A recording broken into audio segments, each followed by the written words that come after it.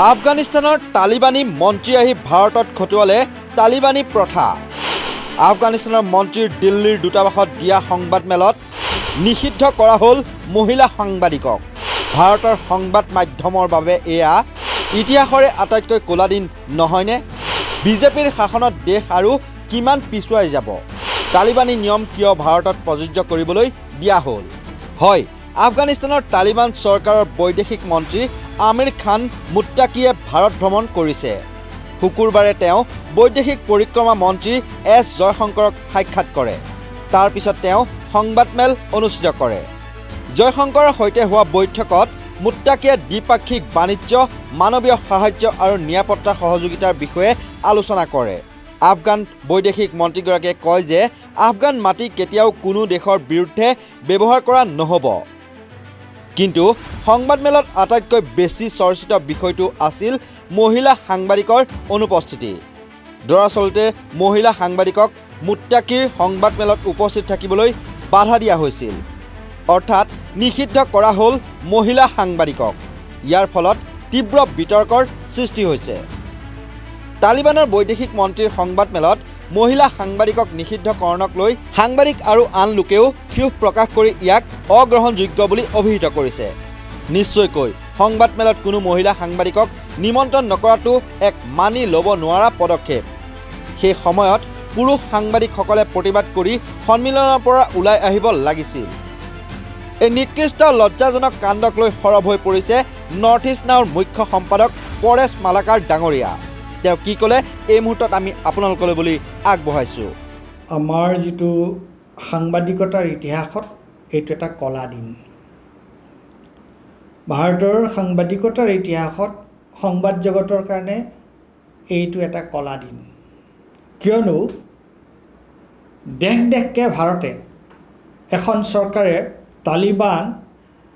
তালিবানৰ তেওঁলোকৰ চৰকাৰৰ লগত ভাৰত চৰকাৰে আলোচনা কৰিছে, তাত আপত্তি কৰিবলগীয়া কথা নাই।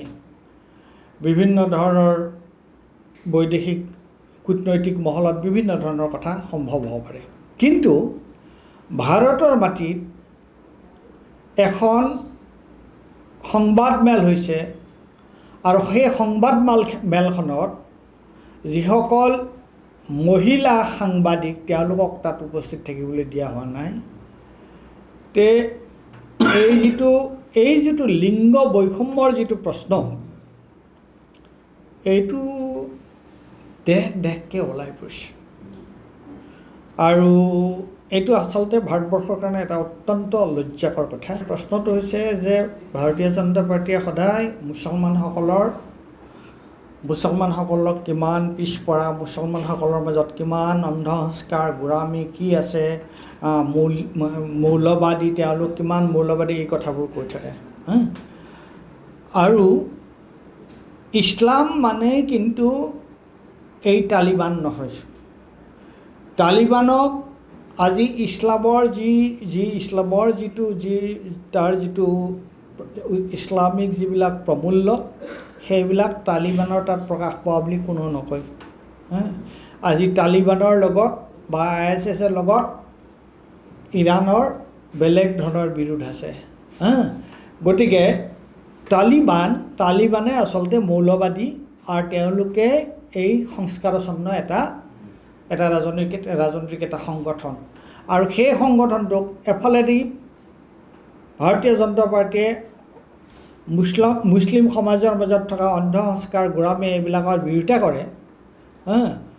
আৰু আনফালে ভাৰতৰ মাটিত এখন চৰকাৰী সংবাদমেল এখনত তেওঁলোকে মহিলা সাংবাদিকসকলক তাত সেই সংবাদমেলখনত যোগদান কৰাৰ পৰা বা সেই সংবাদমেলখনত অংশগ্ৰহণ কৰাৰ পৰা তেওঁলোকে বঞ্চিত কৰিছে।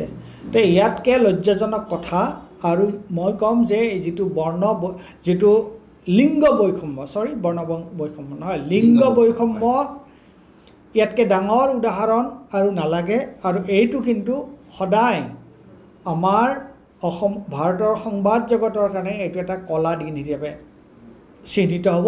আৰু তাৰ কাৰণে আচলতে যিসকল পুৰুষ সাংবাদিকে তাত গৈ পেলাই তেওঁলোকে তাত এই সংবাদমেলখনত তেওঁলোকে অংশগ্ৰহণ কৰিলে তেওঁলোককো মই কিন্তু সমানে গৰিহণা দিছোঁ কিয়নো যেতিয়া মহিলাসকলক তাত যাবলৈ দিয়া হোৱা নাই মহিলা সাংবাদিকসকলক তাত যোৱাৰ কাৰণে বাৰণ কৰা হৈছে তেওঁলোকৰ অংশগ্ৰহণ কৰিবলৈ দিয়া হোৱা নাই পুৰুষসকলেও তাৰ প্ৰতিবাদ কৰি তেওঁলোক এই সংবাদমেলখনত তেওঁলোকে অংশগ্ৰহণ কৰিব নালাগিছিল মই সেই কথাটোৱে ক'ম এইটো এটা আমাৰ সংবাদ জগতৰ কাৰণে আৰু আমাৰ ভাৰতবৰ্ষৰ কাৰণে এটা অত্যন্ত লজ্জাজনক কথা আৰু আমি সঁচাকৈ আমাৰ লিংগ বৈষম্যৰ ইয়াতকৈ আৰু ডাঙৰ কিবা উদাহৰণ নিশ্চয়কৈ সংবাদমেলত মহিলা সাংবাদিকৰ অনুপস্থিতিয়ে আফগানিস্তানৰ মহিলাসকলৰ দুৰ্দশাৰ ছবিকে তুলি ধৰা নাইনে 2021 চনৰ আগষ্ট মাহত তালিবানে ক্ষমতালৈ অহাৰ পিছৰে পৰা আফগানিস্তানৰ মহিলাৰ দুৰ্দশা বিশেষভাৱে ভয়াৱহ হৈ পৰিছে তালিবানে মহিলাৰ অধিকাৰৰ ওপৰত কঠোৰ নিষেধাজ্ঞা আৰোপ কৰিছে